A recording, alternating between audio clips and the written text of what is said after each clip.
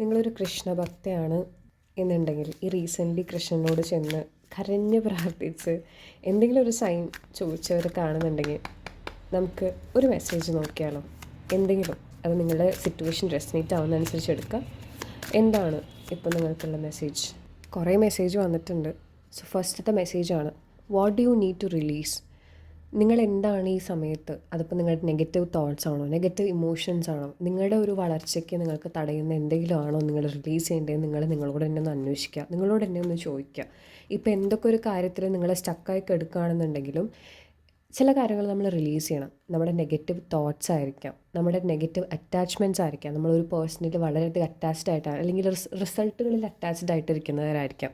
അങ്ങനെ സ്റ്റക്കായി കിടന്നിട്ട് ആ ഒരു കാര്യത്തിൽ ഫോക്കസ് ചെയ്തോ ഗിൽട്ട് ചെയ്ത് വെച്ചിരുന്നിട്ട് അതിൽ നിന്ന് പ്രത്യേകിച്ച് ഒരു സിറ്റുവേഷൻ അല്ലെങ്കിൽ അതിൽ നിന്ന് പ്രത്യേകിച്ച് ഒന്നും വരാൻ പോകുന്നില്ല അല്ലേ. അപ്പോൾ ചില കാര്യങ്ങൾ നമ്മൾ റിലീസ് ചെയ്യുക.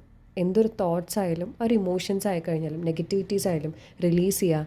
ആൻഡ് നടക്കില്ല എന്ന് വിചാരിക്കുന്നവരാണെന്നുണ്ടെങ്കിൽ കൃഷ്ണൻ്റെ അടുത്ത് എന്താ നടക്കാത്തതായിട്ടുള്ളത്? നിങ്ങൾ വിചാരിക്കുന്ന ഒരു ഭഗവാന്റെ അടുത്ത് എന്താ നടക്കാത്തതായിട്ടുള്ളത്? അപ്പോൾ impossible, believe in the impossible and ഡിവൈനായിട്ട് സറണ്ടർ ചെയ്യുക. എന്തൊരു കാര്യമാണെന്നുണ്ടെങ്കിലും നമ്മൾ പറയില്ലേ, സർവം ശ്രീകൃഷ്ണാർപ്പണം വസ്തു.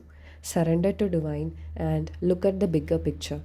എന്തൊരു കാര്യമാണെന്നുണ്ടെങ്കിലും നിങ്ങൾ ഇപ്പോഴത്തെ ഒരു സിറ്റുവേഷനിൽ സ്റ്റക്കായി കിടക്കാണ്ട് ലോങ് ടേം ആയിട്ട് ചിന്തിക്കുക. അതിലൊരു വളരെ പോസിറ്റീവ് ആൻഡ് ബ്യൂട്ടിഫുൾ ഔട്ട്കം തന്നെയാണ് വരാൻ പോകുന്നത്. അത് തന്നെ കൊണ്ടുവരുള്ളൂ. So look at the bigger picture, believe in the impossible. Hare Krishna, Radhe Radhe.